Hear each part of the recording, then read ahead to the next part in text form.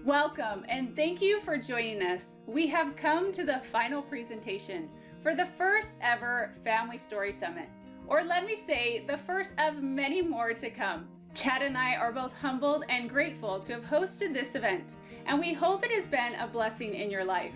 We are thrilled with the kind responses that we have been receiving throughout the weekend, and the lives that have been touched because of the powerful messages shared by our incredible speakers. We want to express our heartfelt gratitude to you, but especially to our speakers that inspired us on how to tell our stories. We hope you have felt empowered to take the next step, whatever that may be, in your own storytelling adventure. If you are still not yet convinced that you have a story to tell, then do not move a muscle. By the end of this final presentation, I am confident that will change. It is with great excitement and gratitude that I introduce you to our final keynote speaker for this event. Todd Hansen is a 16-time Emmy award-winning TV host and executive producer. Todd created the TV show The Story Track for BYU TV, based on his Emmy award-winning TV news segment, Trippin' with Todd. Todd spent 12 years as a TV news anchor and reporter. He has also produced a nationally syndicated reality TV show, along with numerous commercials, tutorial videos, and documentaries.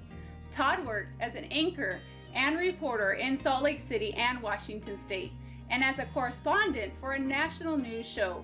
Todd and his stories have appeared on CNN, the Fox News Channel, CBS Evening News, and in all major affiliates.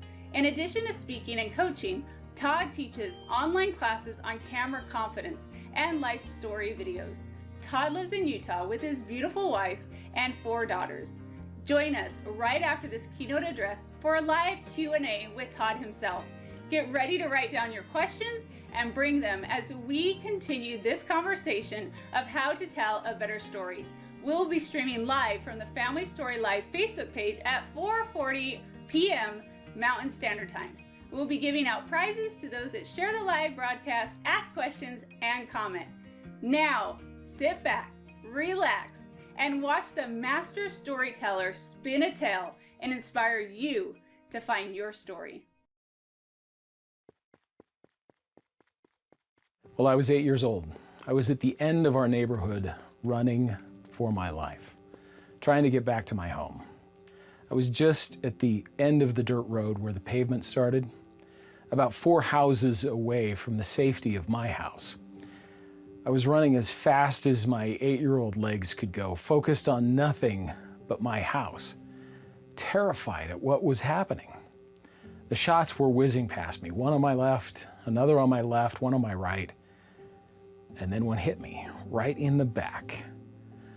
A neighborhood bully had stolen my BB gun, and he was shooting me with it as I ran away. Another BB hit me. Man, it stung.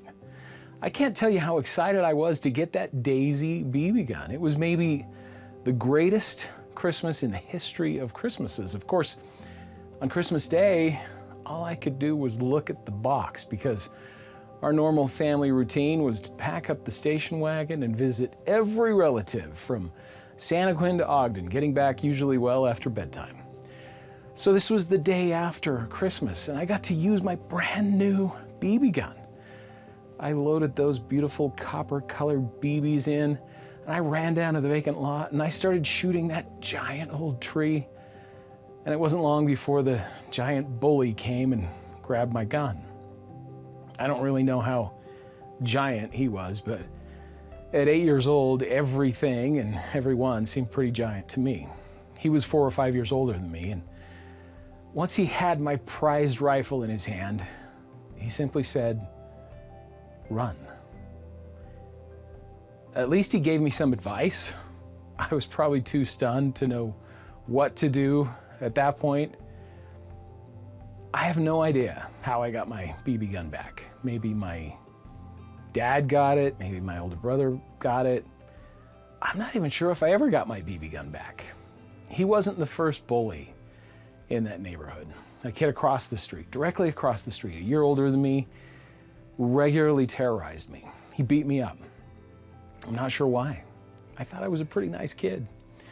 My mom told me years later that she never understood what happened to her normally happy-go-lucky kid who just one day shut down and became an introvert. But it was around that time when I was being terrorized by bullies. We moved when I was 10 years old, and I was happy to escape the harassment. Across the street in the new neighborhood, a really giant kid named David, older than me, of course, terrorized my life every single day. He lived between me and the school, just 1 block away. And I would go 6 blocks out of my way trying to avoid David and his punk friends, but they always seemed to find me as I tried to sneak into my house. I wasn't as clever as I thought I was when I was 10 years old. There was one way in and one way out of my house. Now, I'm not a psychologist. I don't know if that's why I shut down, why I was painfully shy for so many years. I could never understand why I had a target on my back. I was a nice kid, and maybe that's why. But I do know that what didn't kill me did make me stronger. And I hope David and Justin and Casey all watched my TV show and saw me win my Emmy Awards, because they get some of the credit. Now that's part of my story. It's very self-serving, and I appreciate you indulging me with that. I share that with you to illustrate the power of story in all of its incredible aspects. Story shapes us, all of us. We are defined by our stories. Stories we've heard, stories we've told, and stories we have never heard have drastically shaped our lives. Think about that one. Stories you have never heard have dramatically shaped your life.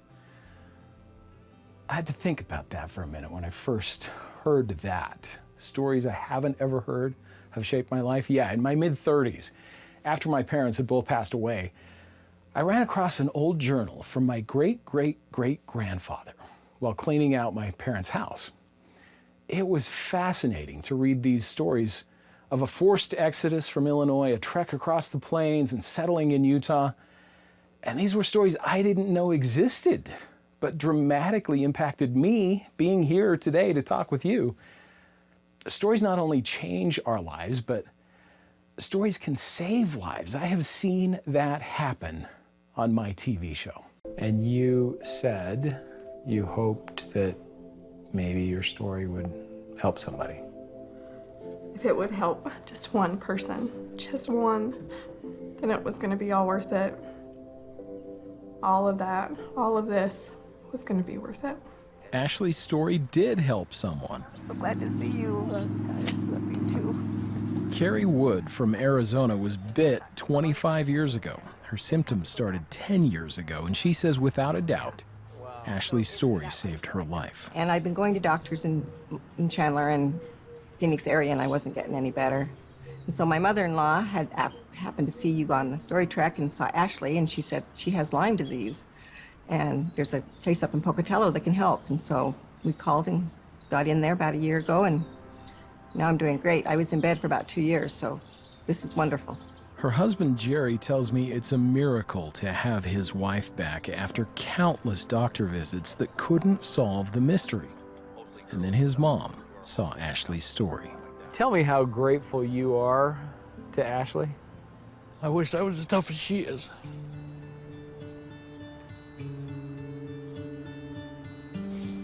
Because from the first day we met her, that's one tough lady, one special lady. And to put your life in front of people, you know, and all in hopes that somewhere it'll help something, you know. That's got to be tough. Especially considering Ashley's health. Stop for a second. It's a slow process. For a minute. I lose my hands for a minute. When I first met her, she had a mild seizure, just her hands, nothing compared to the multiple-hour, full-body seizures she suffered several times a day. But in this new interview, she told me something I didn't know about that day. That was my first good day. When you rolled up, that was the first day I got off the couch. I felt strength. I felt like I can get something done today. And I'm not one to sit idly by. So I decided I'm gonna help my husband. We need these cabinets done for the bathroom, so I'm gonna go sand them. It was almost like it was meant to be. Of course, Ashley did have that dream. Explain to me this dream. Okay, so 3 days prior to you coming, I had a horrible night. It was hurting really bad, and I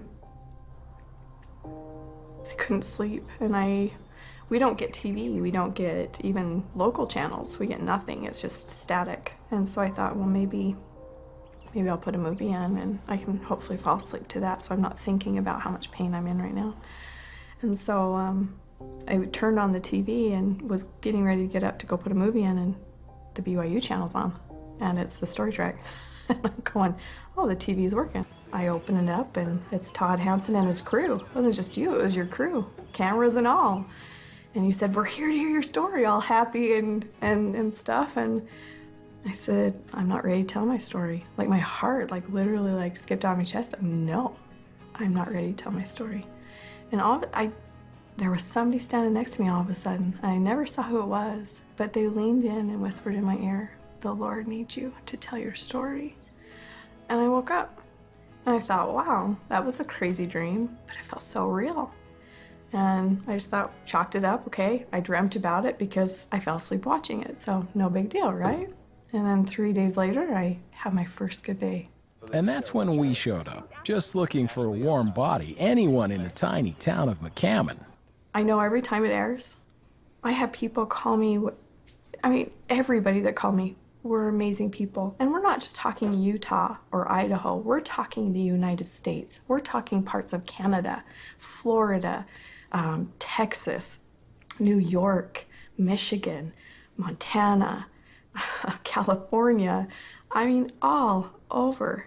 And my heart was full. And it's critical that your stories get captured before you leave this planet. I want to learn from your stories. So please don't be selfish to keep that away from me. At the very least, your family should learn from your stories.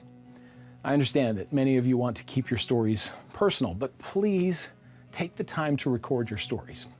And technology has made it so much easier now than ever before in human history to be able to do that.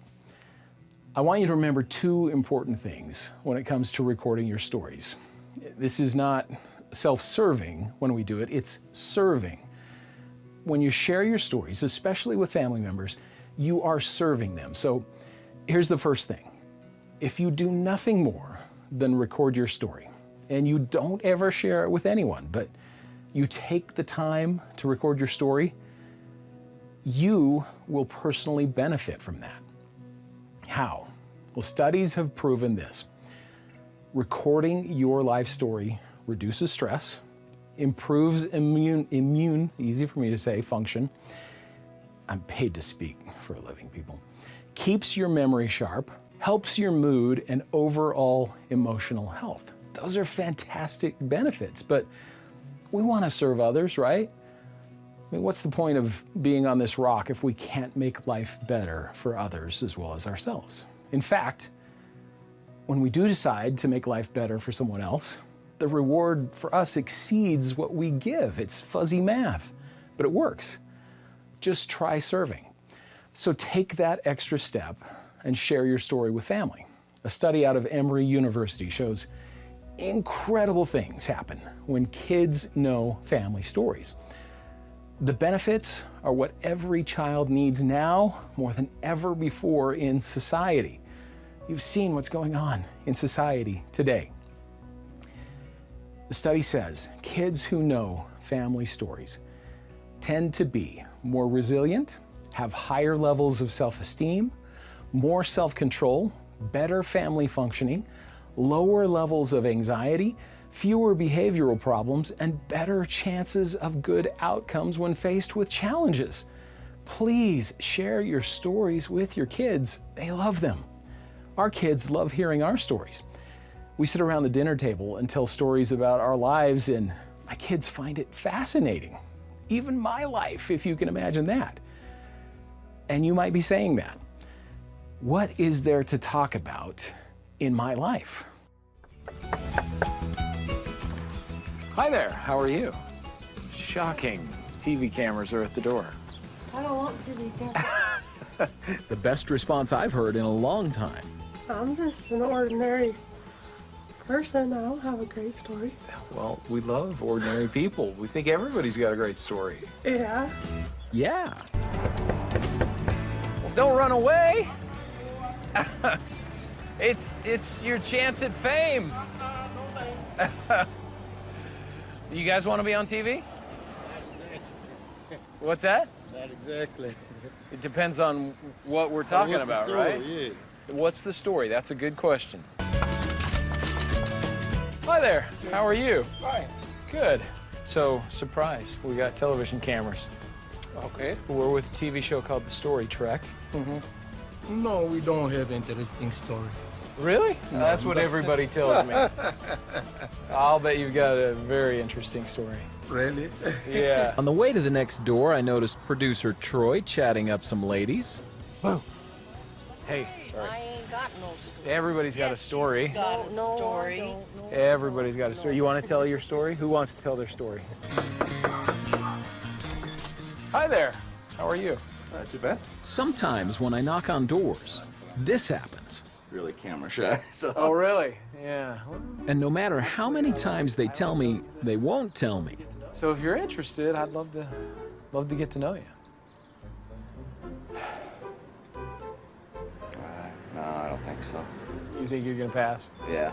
They still can't help but to tell me their story. One of those stories. Really?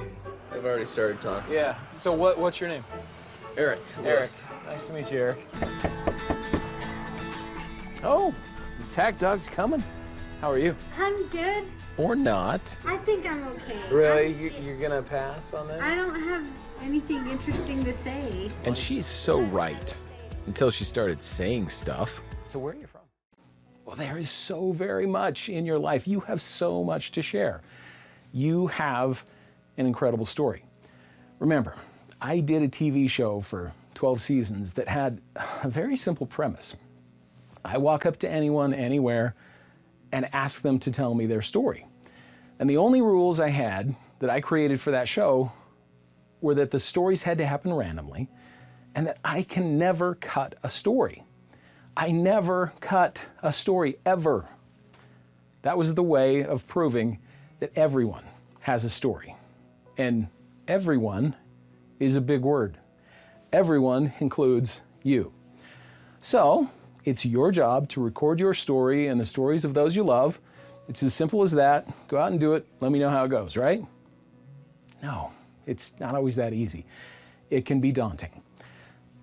But it really isn't. That's what my course, the Legacy Story Project, is all about, teaching you how to do this. You can even use what you learn in the course to go out and do what I do, teach others. And the primary thing that made the Story Trek work, my show, was my ability to interview people. In my course, I talk a lot about interviewing, but I want to give you 3 basic things right now for how to deal with interviewing a family member, or anyone for that matter, for a life story. So here are my 3 top tips. First, don't interview them. Second, forget the life story. And third, stop asking questions. And if you're writing all this down, you're like, yeah, none of this makes sense. But I'll tell you, these 3 principles have served me well my entire broadcasting career. And without them, I wouldn't have these Emmy Awards behind me. So when going into an interview with a family member or anybody else, don't interview them. And what I mean by that is an interview. Sounds so formal. When have we done interviews? Well, for a job, maybe some of us have been interviewed for the news, maybe in church settings. Those are all very serious, formal, and potentially even scary situations. Let's just not call it an interview. How about you say, hey, Grandpa, I'd love to come over Thursday after dinner and talk to you about when you lived in Chicago, or whatever the topic might be. Just don't say it's an interview. And I would encourage you to do it on camera. Having the video to see and to hear them will be a priceless gift forever. Now, depending on your setup, do all of that setup, but don't make a big deal out of it. They don't need to be around for the setup, and you can just have them come in when you're all ready to record. And then don't make a big deal about starting. Just press record and casually ask them how their day was, and casually go into your conversation. The key is to make it a conversation rather than an awkward, professional, and weird interview, right? There were many times on my TV show that I was well into an interview. Yeah, sure, it was an interview, but it was a conversation, even with multiple cameras, lights, crew members, a big boom mic over our heads. And it was so casual that the interviewee would ask me, when are we going to start? And I'd say, we've been going for quite a while now. And they were shocked. That's how easy and comfortable it can be. So don't make it an interview when you're interviewing. Next point, forget the life story. That doesn't make any sense when we're getting a life story, but it makes all the sense in the world when you want to get great stories. Stories that matter, stories that make a difference in people's lives for generations to come. But if you really want a boring story, ask them to start at the year they were born and work forward chronologically, and be prepared to be there forever. Now, if they're 80 years old and they have a photographic memory, it will take you about 80 years to record that story, so have a lot of battery power and memory cards. All the tiny details don't matter. It's lovely that I grew up in Pleasant Grove, Utah. I love that town. I was proud to live there. But it's not a critical element to my story unless something dramatic involving the town impacted me in order to shape who I became. When I teach people how to capture life stories on video, and when I do them myself, I don't stress the tiny details. There's a lot that goes into bringing out a great story from someone and coaching someone to tell a great story. But for time's sake, I will tell you that you need to focus on life's defining moments. Our lives are made up of billions of moments, but there are a handful that define us. Third, stop asking questions. Did you ever think you would hear that from a TV reporter? Now, in my defense, I'm only occasionally a TV reporter these days. Again, this can't make any sense in an interview, and an interviewer not asking questions? Well, the idea here is to get out of your own way and get out of the way of potentially some incredible moments in an interview. Now, you will have the luxury of knowing the people you're interviewing. In my case, on the story track, I had no idea who I was going to meet, but it was fascinating. And I always had to start with, what's your name? And I would build from there. So obviously, I don't mean to not ask questions, but you need to allow them to speak. I think we've all seen interviewers who love to hear themselves speak. I'm often blown away at the length of some questions in so-called interviews. The so-called questions are more like comments than questions. Please resist that temptation. It's their story, not yours. And resist the temptation to be looking down at your notes all the time while they're answering a question. It's great to come prepared. Again, that's a luxury that I never had on the story trek, but it can also be a crutch. You have to pay attention to what they're saying so you know when a great follow-up question is appropriate. You can always get your question that you have on your paper in there at some point. Listen for those follow-up questions. Those are critical. The entire 12 seasons of the story trek for me was nothing but follow-up questions in every single interview. And it was wonderful. I would stop asking questions. I would let them talk. And the stories were beautiful. If you have the honor to share that experience with another human being, please respect it and them. It seems to be ever so rare in society today. especially but not exclusively during a worldwide pandemic. Having conversations with people face to face, it was becoming more rare before the pandemic. I hope when all of this is over, we have a newfound need to connect face to face and record and share stories. Stories connect us, stories teach us, stories make the world a better place. You want to change the world? Capture and share a story. And when you record a personal story, what's incredible about that process is it forces you to reflect on those defining moments. You look at what you've been through.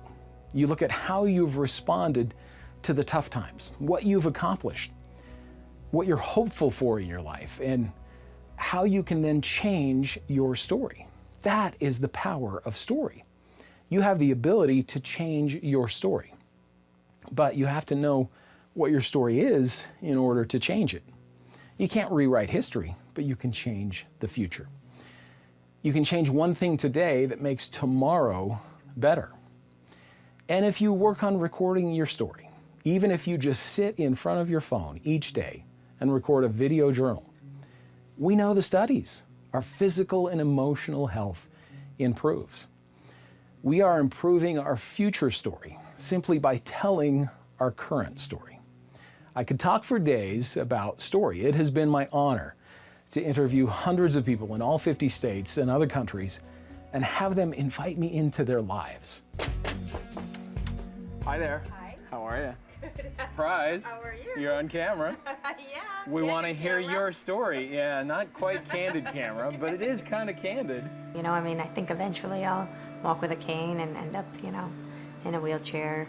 Apparently it will, you know, kill me one day. But that could be a really long time from now. I get to live my life with the person that I love and appreciate everything I have every single day. So that's a gift that I think I get because of the diagnosis. So it's bad, but at the same time, I'm lucky because I'm not gonna wake up at 70 years old and say, I wish I would have done X, Y, Z. So we do it now, and that's how we live our lives. I get to come to work every day, and I get paid to do something that I can honestly tell you I love with every ounce in my body. I've watched people die before, but that really bothered me. You see, that was part of me that died.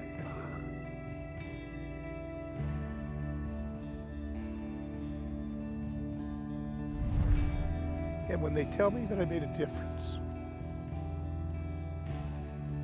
that's good enough. On the back ones, hold on good, okay?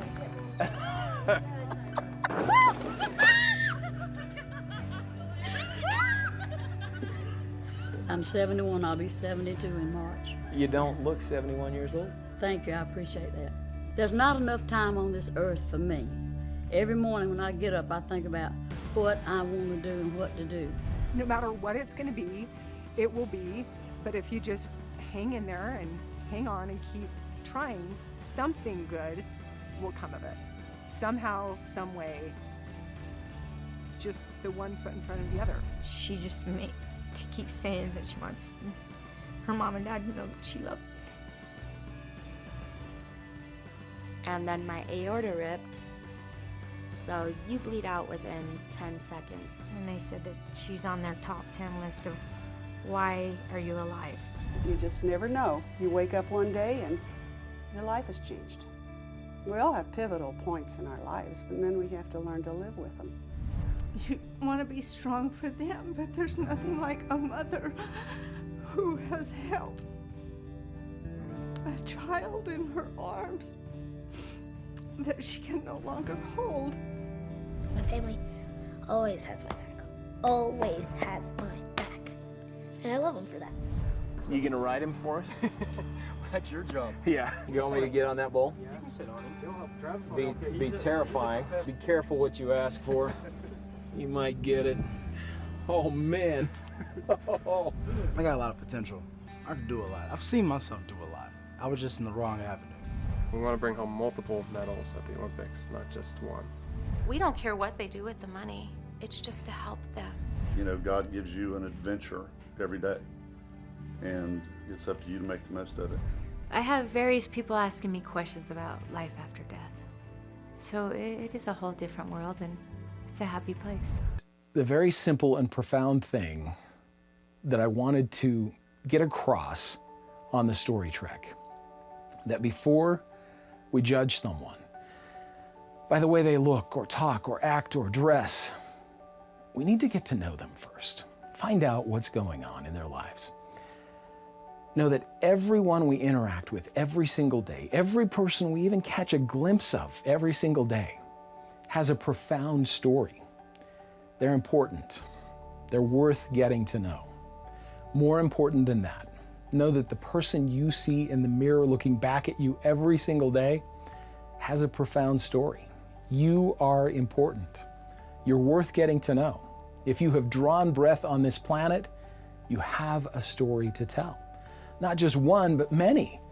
As Mark Twain said, there was never yet an uninteresting life. Such a thing is an impossibility. Inside the dullest exterior, there is a drama, a comedy, and a tragedy. I was 8 years old. The bully stole my BB gun and was shooting me as I ran. And it was probably the most frightening thing in my life up to that point. After 2 more bullies, I shut down. But shy was not who I was. I went into broadcasting because I hated being shy so much that I wanted more than anything to cure it. What better way than to jump into the deep end? So the bullying and the shyness actually made me who I am today.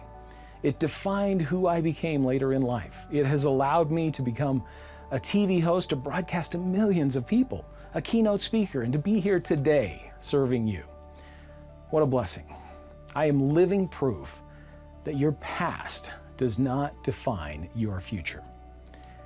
You can find your story, and you can change your future.